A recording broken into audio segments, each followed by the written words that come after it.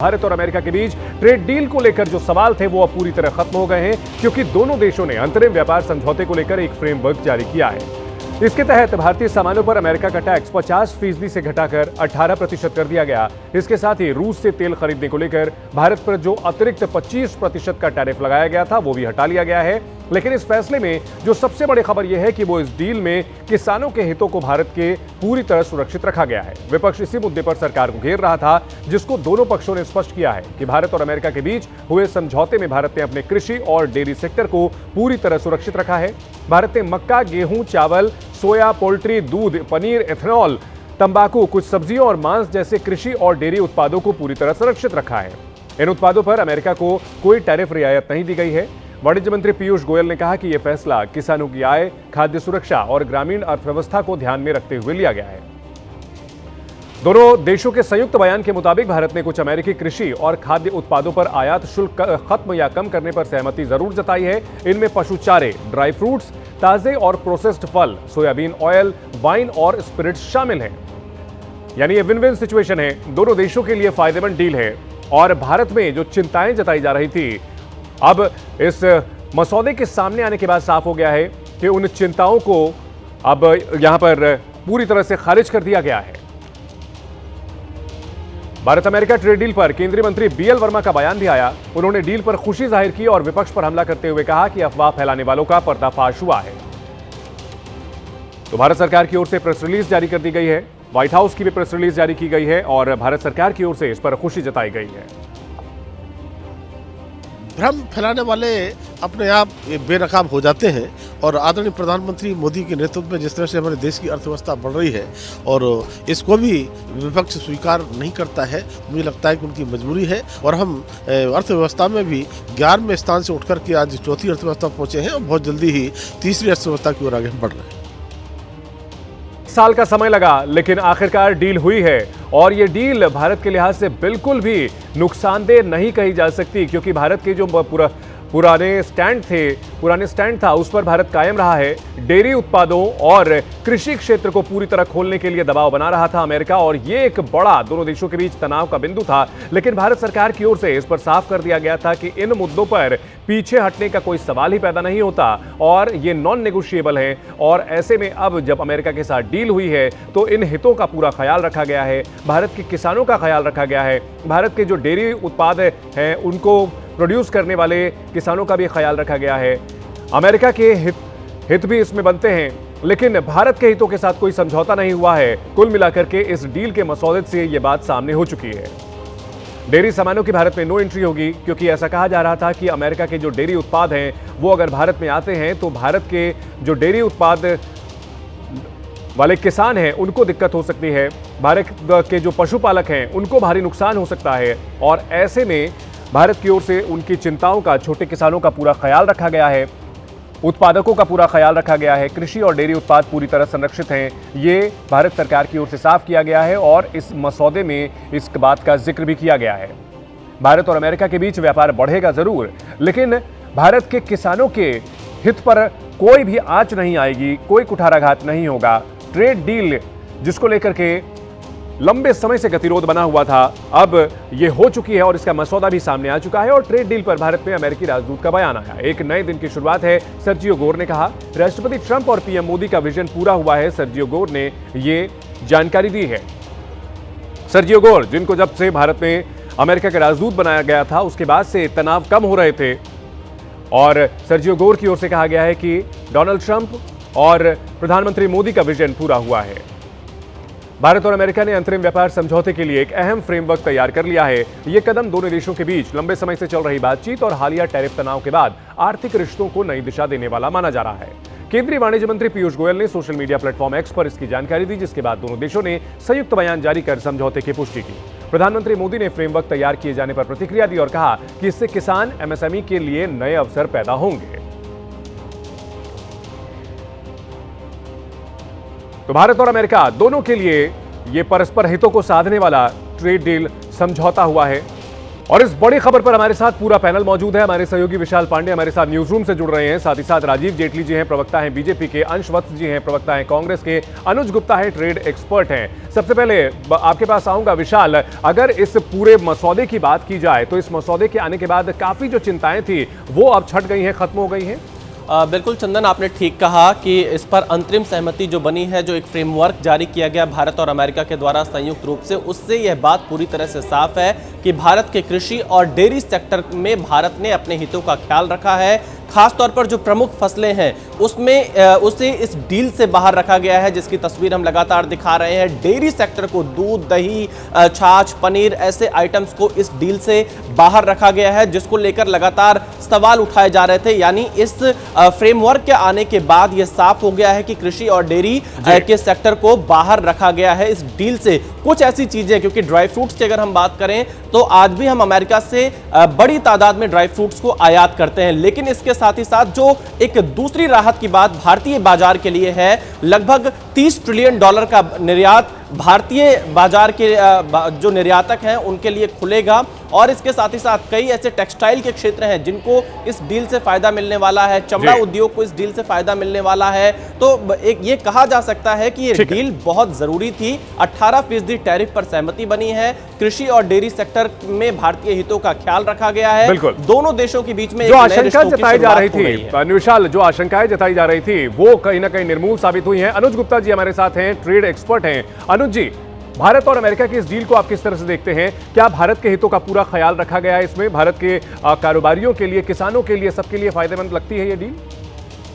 जी, ये मोदी सरकार के ट्रैक रिकॉर्ड को ही दिखाता है कि जो भी डील्स हुई हैं अभी तक, चाहे वो EU के साथ डील हो, चाहे न्यूजीलैंड के साथ डील हो, उन सब डील्स में एग्रीकल्चर को प्रोटेक्ट किया गया है। बल्कि न्यूजीलैंड के साथ जो डील हुई, न्यूजीलैंड हमेशा अपने डेयरी एक्सपोर्ट्स को प्रमोट करता है, लेकिन भारत के साथ जो डील हुई उसमें डेयरी प्रोडक्ट्स को बाहर रखा गया जी। तो यही चीज US के डील में भी दिखती है कि किसानों के हितों को बिल्कुल बचाया गया है।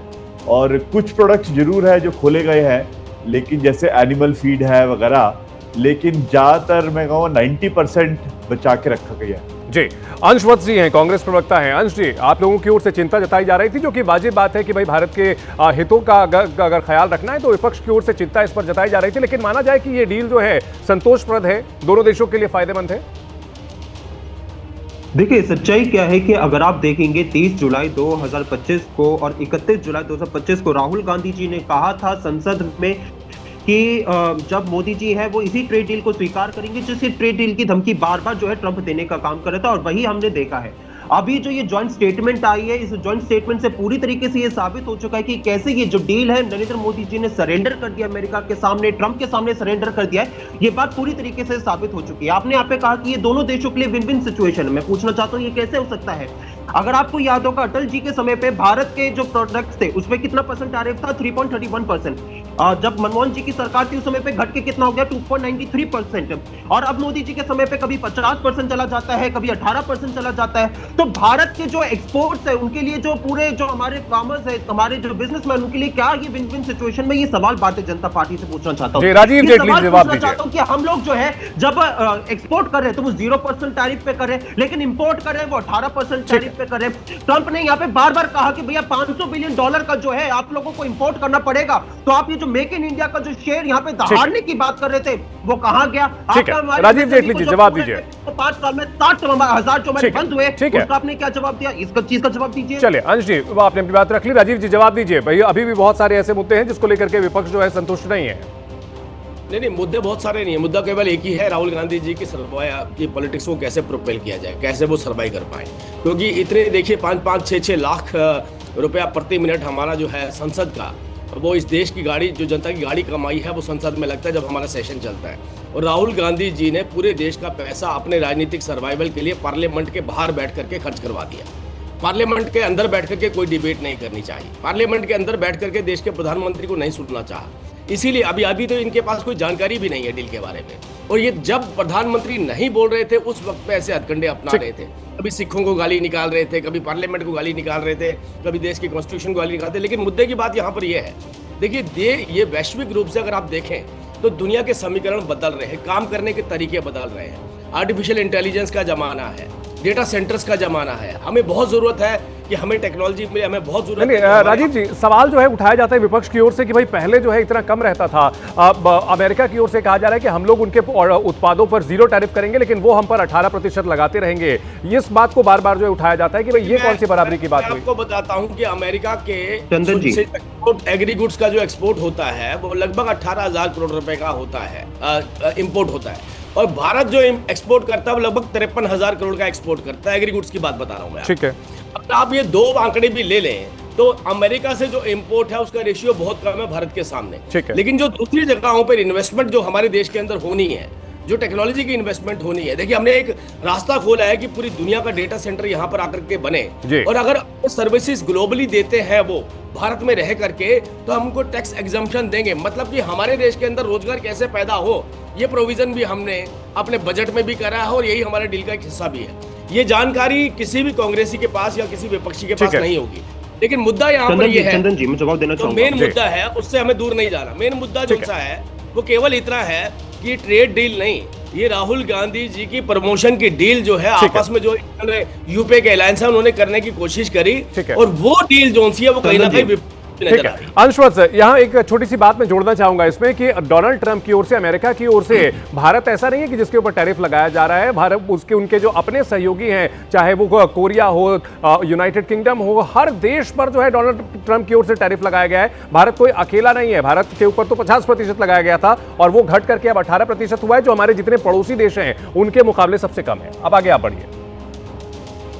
सबसे पहली बात तो मैं इनके सवाल का जवाब देना चाहूंगा जो भारतीय जनता पार्टी के प्रवक्ता कह रहे थे। अरे भैया, राहुल गांधी जी सवाल पूछना चाहते थे, आपके जो नेता है नरेंद्र मोदी जी वो संसद में आने से डर जाते क्योंकि उनको पता नहीं है कि सवाल का क्या जवाब दें, इस वजह से। और जब मुद्दे पर रहते हैं वो एक अलग ही पूरा मुद्दा हो जाएगा। ठीक है अंश जी, हम ट्रेड डील पर ही फोकस रखें। नहीं, मैं ट्रेड डील पे ही आ रहा हूं। सबसे पहली बात तो जो यहाँ पे राहुल गांधी जी बार बार ये सवाल उठा रहे थे वही सारी हम बात कह रहे हैं। अगर आप जो जॉइंट स्टेटमेंट आया है, यही तो एजेंडा था, मैं यही बता रहा था। नहीं, सुन लीजिए आराम से, वन बाय वन सुन लेते हैं Rajiv ji, one by one. Rahul Gandhi ji Rahul Gandhi ji और पूरी कांग्रेस पार्टी जो तमाम ट्रेड डील पे सवाल उठा रही थी वही सारी बातें सच हुई जो ट्रंप ने अपनी ट्वीट में लिखा था, वही सारी बातें जो आज यहाँ पे आपको जॉइंट स्टेटमेंट भी दिख रही है। आप मुझे एक चीज बताइए, ट्रंप ने अपनी ट्वीट में सबसे पहली चीज लिखी थी कि हम जो रशियन ऑयल जो है, आपके बड़े नेता का एक बयान आया, सुना देते हैं। जयराम रमेश जी ने क्या कहा है। भारत अमेरिका ट्रेड डील पर कांग्रेस ने निशाना साधा है और कहा है हकीकत यह है कि दोस्त दोस्त ना रहा, नमस्ते ट्रंप जीते, हाउडी मोदी हारे हैं। कांग्रेस ने तंज कसा है, जयराम रमेश ने तंज कसा है।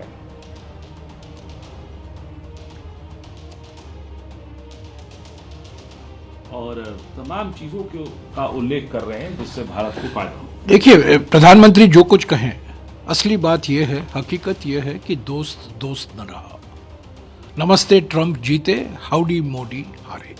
5 चीजें स्पष्ट हो जाती हैं। पहला, रूस से हम तेल नहीं खरीदेंगे, ये बिल्कुल साफ है।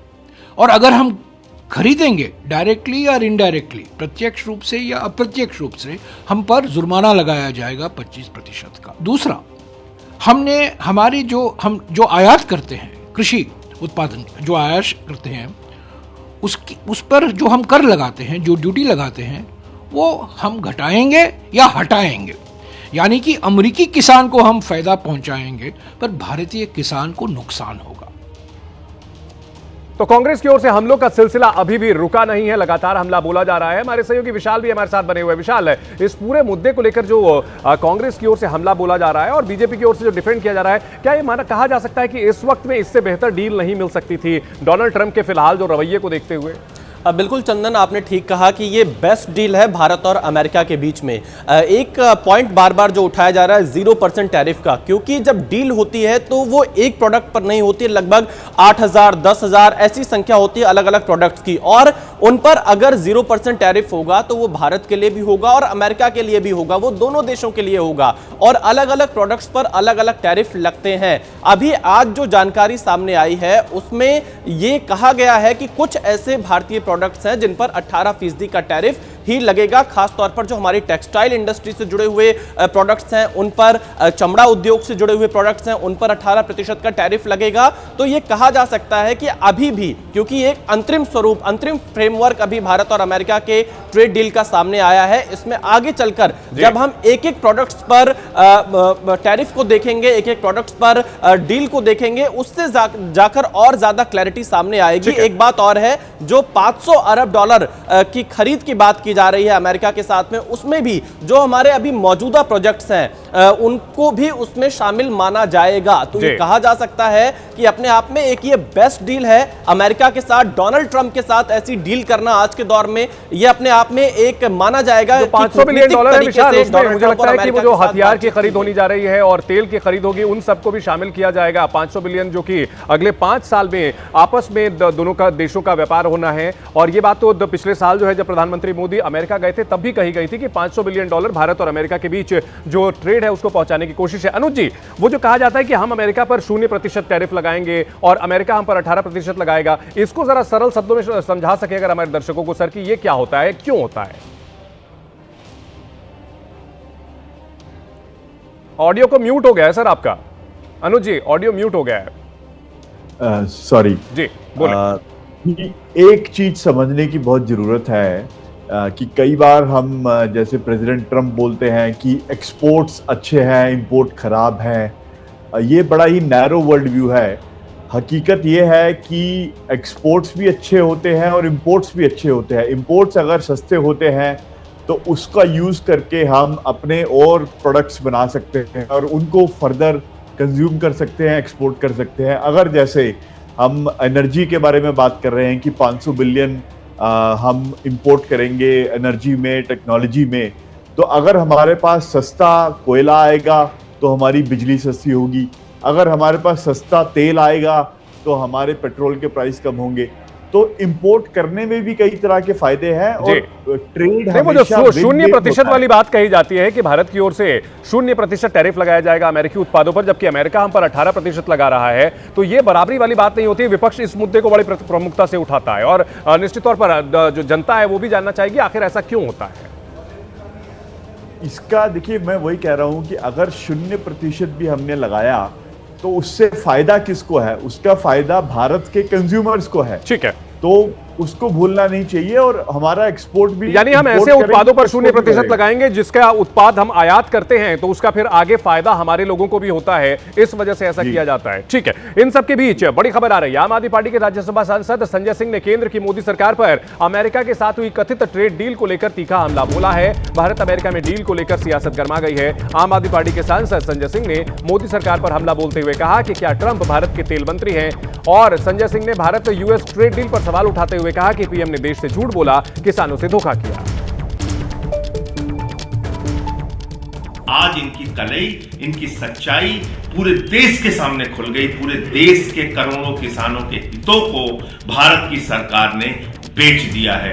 महंगा तेल अमेरिका और वेनेजुएला से खरीदा जाएगा और 80,000 करोड़ रुपए का बोझ हिंदुस्तान के ऊपर लादा जाएगा। रूस से तेल खरीदना भारत ने लगभग बंद कर दिया है। अमेरिका से हिंदुस्तान आने वाले सामानों पर 0% टैक्स लगेगा और ये संख्या हो गई कुल मिलाकर 500 अरब डॉलर का व्यापार देने का वादा भारत की सरकार ने, मोदी जी ने अमेरिका को कहा है।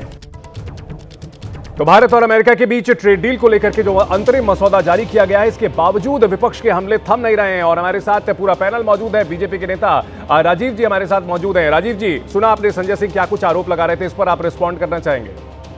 नहीं, मैं तो देखिए संजय सिंह जी और मैं कांग्रेस पार्टी ये सभी लोग मिलकर के देश की जनता को गुमराह कर रहे हैं। और मुझे लगता है जो आपने अपना पैकेज दिखाया उसमें बड़ी क्लैरिटी के साथ दिखाया कौन कौन से ऐसे प्रोडक्ट्स हैं जिनके ऊपर हमने कोई समझौता नहीं किया। और चाहे तेल की भी बात अगर बार बार कर रहे हैं, देखिए हमारे देश को जहां से सस्ता तेल मिलेगा भारत वहां से सस्ता तेल लेगा, वो चाहे अमेरिका हो, चाहे वो रशिया हो, चाहे कोई और तीसरा देश हो।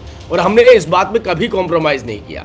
अब वाजपेयी जी के वक्त से उठा करके देखिए, जब सैंक्शंस भी लगते थे तब भी हमने ईरान के साथ अपने समझौते बना करके रखे। हमारे देश का हित जहां होगा, हमारे देश हमारे देश की लीडरशिप वही। ऐतराज इस बात से होता है दूसरी राजीव बात- जी कि हर बात पहले जो है ट्रंप जो है वो सोशल मीडिया पर पहले डाल देते हैं और बाद में भारत सरकार की ओर से ऑफिशियली कहा जाता है, तो ट्रंप को लेकर के सवाल तो उठाए जाते हैं कि बार बार वो जो है बुली करते हैं और हम कहीं ना कहीं उनको जो है मान लेते हैं। देखिए, दो देशों की डील, दोनों देशों के साथ एग्रीमेंट साइन होता है, ब्लैक एंड व्हाइट में साइन होता है। ट्वीट के हिसाब से देश नहीं चलते हैं, एग्रीमेंट के हिसाब से देश चलते हैं। और यही बात देखिए, कहीं ना कहीं ऑक्सीजन थोड़ी बहुत हमारे विपक्षी दलों को, राहुल गांधी जी को मिल जाती है, लेकिन वो ऑक्सीजन को बरकरार रखना चाहते हैं। वो चाहते हैं कि मैं इसके ऊपर चर्चा ना करूं, देश की जनता इस बारे में जानकारी ना पाए, देश की जनता गुमराह होती रहे, ताकि मेरा सर्वाइवल होता चला जाए। लेकिन एक बात बताइए कि अभी तक जो सर्वाइवल नहीं हो पा रहा है वो आगे भी नहीं होगा, क्योंकि सबको मालूम है देश के प्रधानमंत्री जब इस देश के लिए कोई निर्णय लेते हैं तो इस देश की जनता के फायदे के लिए वैलिड पॉइंट है आपका कि सोशल मीडिया से देश नहीं चलता।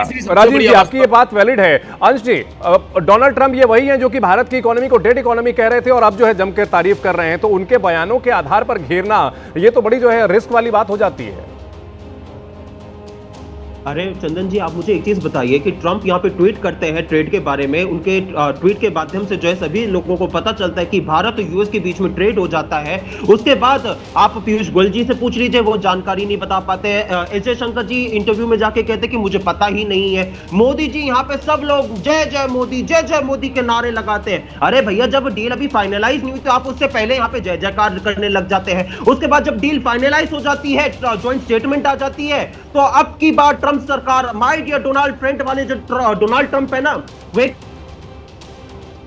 अंशी आपका वीडियो फ्रीज कर रहा है, आपका वीडियो फ्रीज कर रहा है, लेकिन एक चीज तो है कि डोनाल्ड ट्रंप को लेकर के ठीक है, लेकिन वो फिर से भी आप पे लगा देंगे अगर आप जो है रशिया से तेल लेने का काम करेंगे। आप मुझे एक चीज बताइए चंदन जी, बस आखिरी बात कहकर अपनी बात को खत्म कर रहा हूं कि आप रशिया से तेल लेते हैं, रशिया आपको कम दाम पे जो तेल देने का काम करता है पूरे विश्व में, आपको उसके बाद भी तेल के, पेट्रोल डीजल के प्राइस में कमी नहीं आती। लेकिन अमेरिका आपको जो उसी दाम पे बेचेगा, उससे आपको कौन से दाम पे कमी आ जाएगी? आपका तेल बढ़ेगा, पेट्रोल डीजल प्राइस बढ़ेगी या कम होगी? ये सवाल का जवाब मुझे भारतीय जनता पार्टी के प्रवक्ता दे। मुझे एक चीज बताइए, आप 2019 में जब आप माय डियर डोनाल्ड ट्रंप की बात कर रहे थे, उनके प्रचार में जा रहे थे, आपको जवाब देने की कोई जरूरत नहीं है। नहीं 10 सेकंड जवाब दे रहे हैं भाई, अपना वक्त अरे आप आपके साथ देश की जनता को कोई जवाब नहीं देते, देश की जनता आपको देख रही है। आप देश की जनता को जवाब देने वाले होते तो आप लोकसभा से देश की जनता से संवाद करते, बार जो चुनौतियों से भागने का काम कर जाते हैं। आप जो है चाइना से डर जाते हैं, चाइना की धमकी से डर जाते हैं, धमकी से डर जाते हैं आप यहाँ पे। चलिए विपक्ष की ओर से ठीक है, राजीव जी आप लास्ट एक रिस्पॉन्ड कीजिए सर संक्षेप में। ठीक है अंश जी, पे बात कर सकते हैं, इंदिरा गांधी जी पे बात चलिए कर अंश सकते जी हैं, आप अपनी लेकिन अपनी बात रखिए सर, जानकारी रिस्पॉन्ड नहीं दे सकते करना हैं। चाहते हैं राजीव आप जी। यहाँ पे अंश जी 2019 ठीक है, आप अपनी बात अपनी कर ली। तो राजीव जी जल्दी से 10 सेकंड में आप रिस्पॉन्ड करके हम इसे कंक्लूड करेंगे। राजीव जी देखिए चंदन, हम तो इस भारत को विकसित बना रहे हैं और ये छोटे मोटे रोड़े जो सी रोड़ियां है ना बीच में, इनका हमारे को कोई प्रभाव नहीं ठीक है अंश जी सुन लेते हैं सर, हमारे सुन देश लेते हैं पार्लियामेंट को ना हमारे देश के हितों को। भारत बनाने की बात अरे कर रहे हैं। अंश जी सुन लेते हैं ना, वो देश की कम्युनिकेशन मत कीजिए सर। सपोर्ट करने का काम कर रहे हैं। कॉन्ट्रैक्ट की भारत की बात कर रहे हैं, आप यहाँ पे कोई देश के छोटे लोगों को खत्म करने की बात कर रहे हैं। चलिए हमारे पास समय इतना ही था इस चर्चा के लिए, जिसमें आज भारत और अमेरिका के बीच ट्रेड डील के मसौदे का ऐलान किया गया है। जानकार यही मान रहे हैं कि इससे बेहतर डील फिलहाल नहीं हो सकती थी, लेकिन विपक्ष की अपनी चिंताएं हैं और उस पर दोहरा रहा है और सरकार को हमला बोल करके घेर रहा है। बिहार की राजधानी पटना में निर्दलीय सांसद पप्पू यादव को आधी रात को गिरफ्तार कर लिया गया। पटना पुलिस की एक टीम 31 साल पुराने एक मामले में सांसद पप्पू यादव को गिरफ्तार करने पहुंची थी। इस दौरान पप्पू यादव के समर्थकों और पुलिस टीम के बीच काफी देर तक नोकझोंक और हंगामा चलता रहा। कई घंटों तक चले हाई वोल्टेज ड्रामे के बाद पुलिस ने पप्पू यादव को गिरफ्तार किया और फिर अस्पताल ले जाकर मेडिकल जांच कराई। पप्पू यादव ने इल्जाम लगाया कि यह उनकी हत्या की साजिश है। दरअसल जहानाबाद की बेटी और नीट छात्रा के मामले में आवाज उठाने की वजह से उन्हें परेशान किया जा रहा है।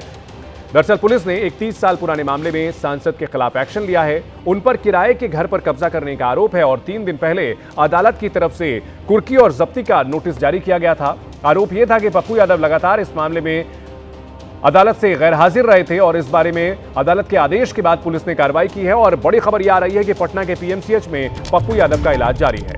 तबीयत खराब होने के बाद पीएमसीएच में भर्ती हुए हैं। आईजीआईएमएस अस्पताल में पप्पू यादव का मेडिकल कराया गया। कल गिरफ्तार हुए पप्पू यादव की आज कोर्ट में पेशी है।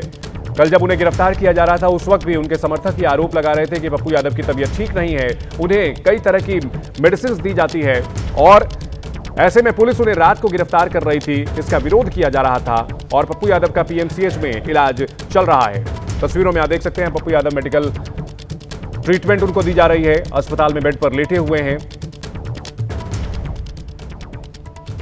पूर्णिया से निर्दलीय सांसद पप्पू यादव को आईजीआईएमएस से पटना के पीएमसीएच जो है वो शिफ्ट किया गया है। इमरजेंसी वार्ड में वो भर्ती हैं, इलाज जारी है। उनकी तबीयत जो है वो बिगड़ गई है। कल देर रात उनको जो है पटना पुलिस ने गिरफ्तार किया है। हाई वोल्टेज ड्रामा चला। देखिए हम पीएमसीएच की तस्वीरें जो हैं वो आपको दिखा रहे हैं। मामला 1995 का है, जब पटना के गर्दनीबाग थाने में विनोद बिहारी लाल नाम के व्यक्ति ने शिकायत दर्ज कराई थी। आरोप है कि पप्पू यादव और उनके सहयोगियों ने धोखाधड़ी कर उनका मकान किराए पर लिया। मकान मालिक को बाद में जानकारी हुई थी कि उसके मकान का इस्तेमाल जो है सांसद का ऑफिस चलाने के लिए जो है वो किया जा रहा है। बता दें 3 दिन पहले ही पप्पू यादव समेत 3 लोगों के खिलाफ कुर्की जब्ती का आदेश जो है पटना की एमपी एमएलए अदालत ने दिया था। बता दें पप्पू यादव के घर जब कल पुलिस पहुंची तो पप्पू यादव ने साफ तौर से कहा कि मैं नीट छात्रा मौत मामला लगातार उठा रहा हूं। ये रेप हत्या का मामला है, पुलिस लिपापोती कर रही है, असली अपराधियों को बचाने की कोशिश है। आईजीआईएमएस उनको जो है गिरफ्तार कर ले जाया गया, वहां उनका मेडिकल किया गया, लेकिन तबियत बिगड़ने लगी तो जांच के लिए पीएमसीएच जो है वो लाया गया है और इलाज जो है उनका चल रहा है। जो जानकारी मिल रही है कि उनकी तबीयत में सुधार होते ही उनको जो है गर्दनीबाग थाने ले जाया जाएगा। उसके बाद जो है उनको एमपी एमएलए कोर्ट में जो है वो प्रोड्यूस किया जाएगा। कि पप्पू यादव के करीबी जो है यहाँ पे मीडिया से बात कर रहे हैं। हम थोड़ा कैमरा पर्सन शैलेश से कहेंगे कि इधर तस्वीर केस करने वाला और किस पर केस हुआ वो दोनों दुनिया में नहीं है।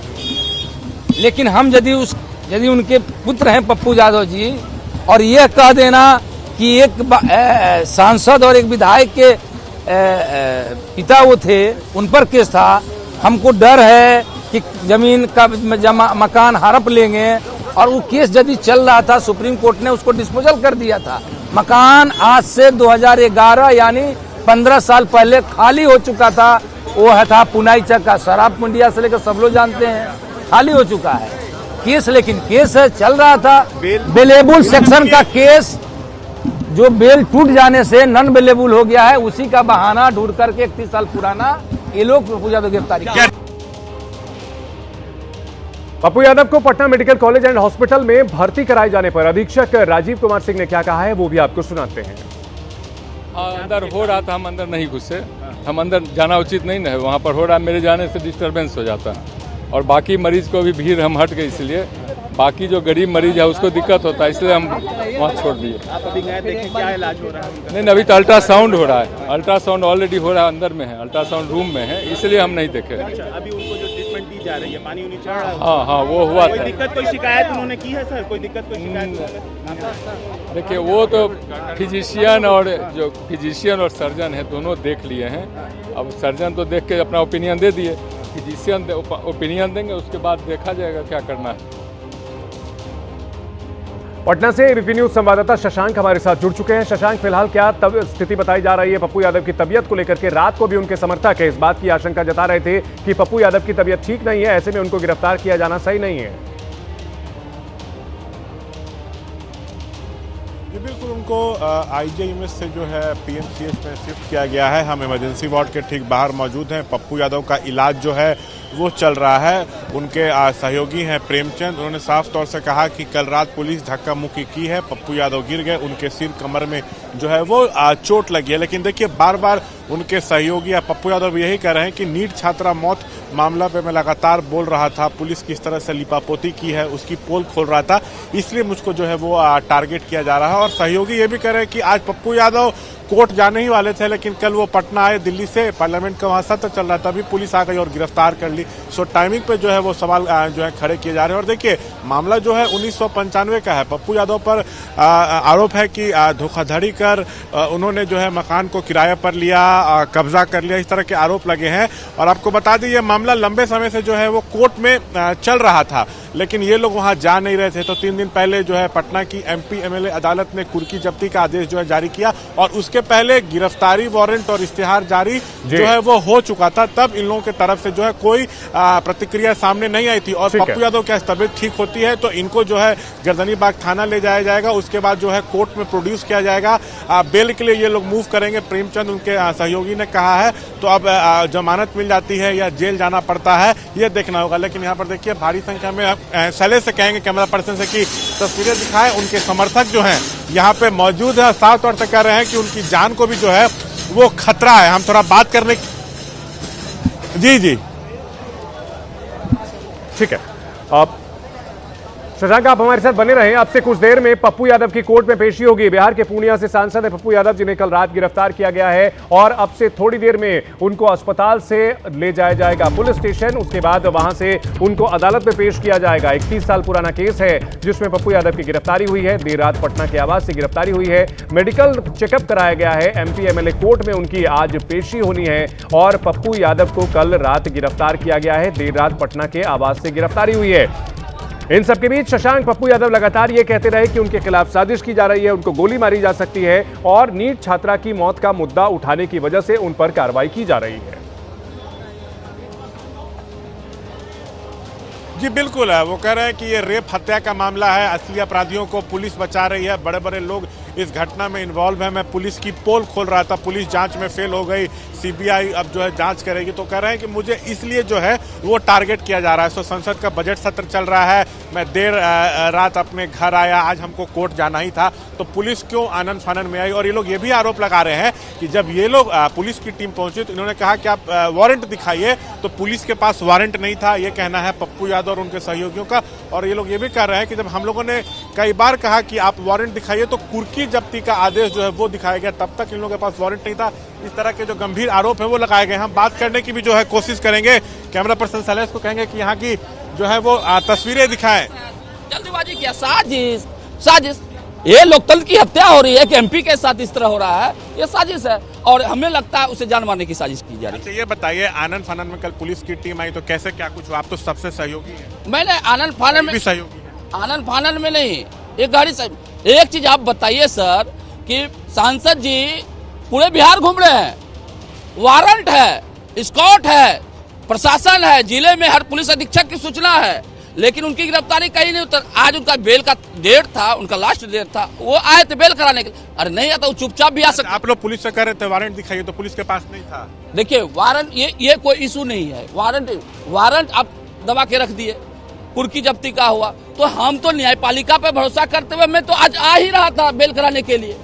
और आनंद फानन एक दिन में आपका क्या हो रहा था भैया? क्या नीट छात्रा मौत मामले पर लगातार बोल रहे थे, उस कारण टारगेट किया जा रहा? आपको एकदम 100% वही है। नीट छात्रा के मामले को उजागर कर रहे थे, लगातार सड़क से लेकर सदन तक वो आवाज बुलंद कर रहे थे। और जिस तरह से एक एमपी के साथ इस तरह कर रहा है, अरे भैया 302 का मुकदमा के लिए एक से एक जान को भी खतरा। और क्या आप लोग बेल के लिए मूव करेंगे? जी अब तो न्यायपालिका पे भरोसा ही है, न्यायपालिका पे भरोसा रखते हैं और आगे देखिए न्यायपालिका पे जो होगा हम लोग मान रखते हैं। अच्छा कल क्या धक्का मुक्की भी इनके साथ की गई?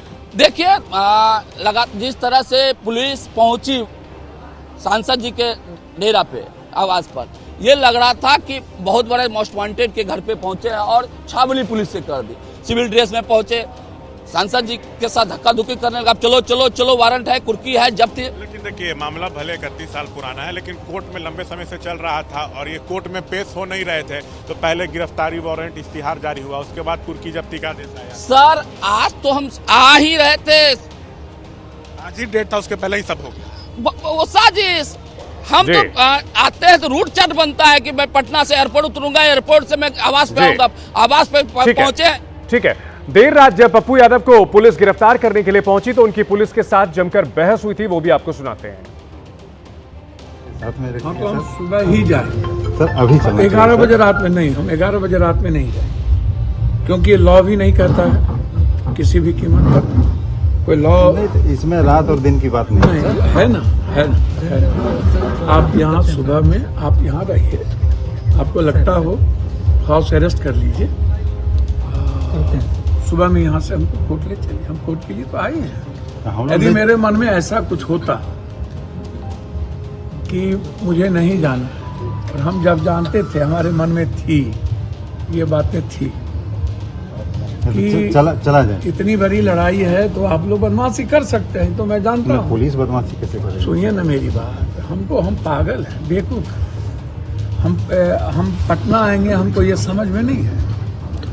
आप हमको बताइए, हम हाईकोर्ट भी चले जाते, या कल आज ही हम चले जाते डिस्ट्रिक्ट कोर्ट, कोई उसमें प्रॉब्लम नहीं था मेरे लिए। हम नहीं आते, डायरेक्ट कोर्ट जाते, डायरेक्ट कोर्ट चले जाते। हम लोग कोर्ट ले चलेंगे सर, चला जाए हम लोग के साथ। प्रमोद बाबू, आपको जिनको कहना हो कह लीजिए, मैं सुबह ही जाऊंगा एज ए लॉ। हम लोग लॉ के अनुसार ही हैं। नहीं, लॉ के अनुसार 11 बजे एक कॉमन आदमी के घर में भी वारंट में दिन रात की कोई बात है ना, है। क्योंकि अब हम मैं स्पीकर साहब से आग्रह करूंगा कि हमें और गृह मंत्री अमित जी से और बिहार के तमाम नेताओं से, एक एमपी की जान बिहार में खतरे में है, पुलिस कुछ भी कर सकती है।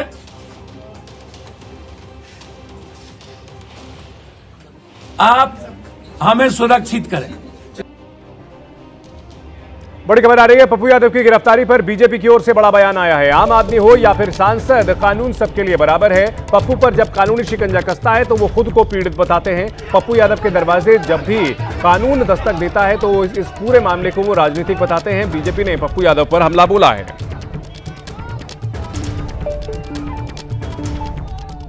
कानून सबके लिए बराबर होता है, चाहे वो सांसद हो या आम नागरिक। 1995 का मामला है, कोर्ट से कुर्की जब्ती का आदेश निकला हुआ था। इसमें राजनीति कहां से आ गई? पप्पू यादव जी हर बार जब कानून उनके दरवाजे पर दस्तक देता है तो वो पीड़ित बनने का नाटक करते हैं। शंभू गर्ल्स हॉस्टल मामले को ढाल बनाकर अपनी कानूनी जवाबदेही से नहीं बचा जा सकता। भाजपा कानून के राज में विश्वास करती है, ड्रामा नहीं, न्याय चलेगा। बढ़ते अगली खबर की ओर। दिल्ली में गड्ढे में गिरकर युवक की मौत का मामला। जनकपुरी में हादसे वाली जगह पर पहुंचे मंत्री आशीष सूद, पीडब्ल्यूडी, जल बोर्ड, ट्रैफिक पुलिस के अधिकारी यहां पर मौजूद हैं। राजस्व विभाग और एमसीडी के अधिकारी भी मौजूद हैं। एक युवक की गड्ढे में गिरकर के मौत हुई और राजधानी में इस घटना के बाद सरकार घिरी हुई है और सरकार की ओर से लगातार कार्रवाई का भरोसा दिया जा रहा है। और इन सबके बीच मंत्री आशीष सूद उस जगह पर पहुंचे हैं जहां युवक हादसे का शिकार होकर मौत के मुंह में समा गया। गड्ढे में गिर करके उसकी जान चली गई थी और जनकपुरी में हादसे वाली जगह पर मंत्री आशीष सूद पहुंचे हैं। कई अधिकारियों पर कार्रवाई की गई है, ठेकेदार पर कार्रवाई की गई है, लेकिन बड़ा सवाल यह है कि राजधानी में ऐसे हादसे हो रहे हैं। कुछ दिनों पहले नोएडा में इसी तरह से एक युवक की मौत हुई थी। और इस बड़ी खबर पर हमारे सहयोगी उज्जवल हमारे साथ जुड़ चुके हैं। उज्जवल, मंत्री जी भी पहुंचे हैं, क्या कुछ वहां पर हलचल हो रही है, क्या कुछ कहा जा रहा है सरकार की ओर से?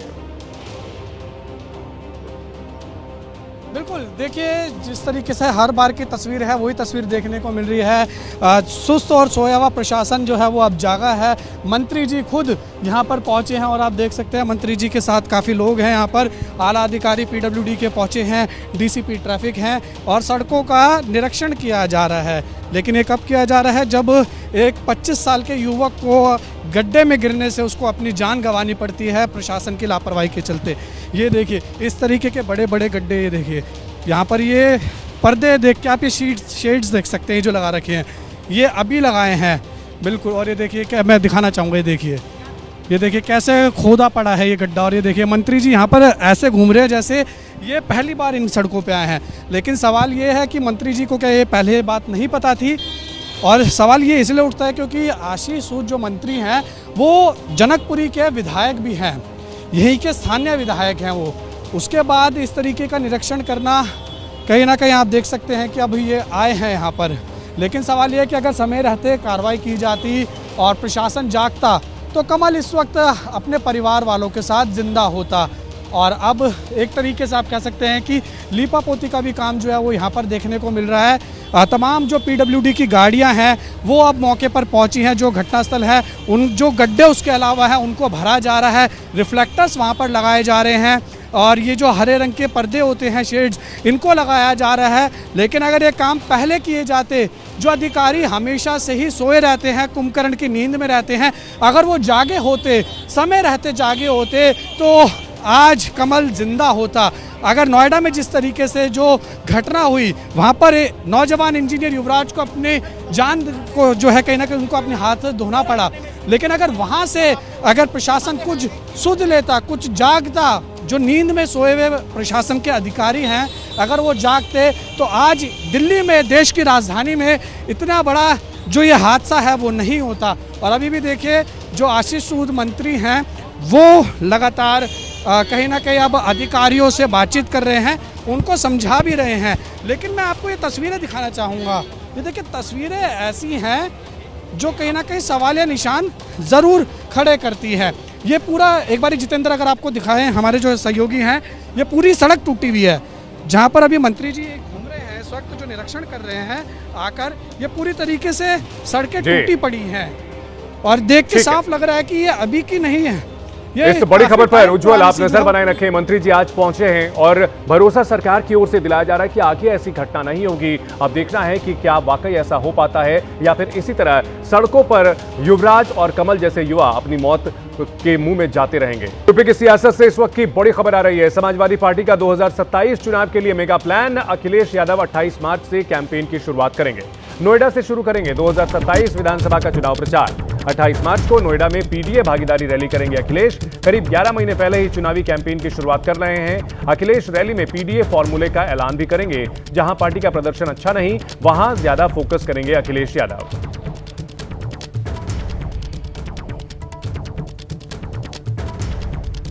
और इस बड़ी खबर पर हमारे सहयोगी विशाल हमारे साथ जुड़ चुके हैं। विशाल, पीडीए के आधार पर जैसी लोकसभा में कामयाबी मिली थी, उत्साहित अखिलेश यादव 11 महीने पहले ही प्रचार अभियान की शुरुआत कर रहे हैं।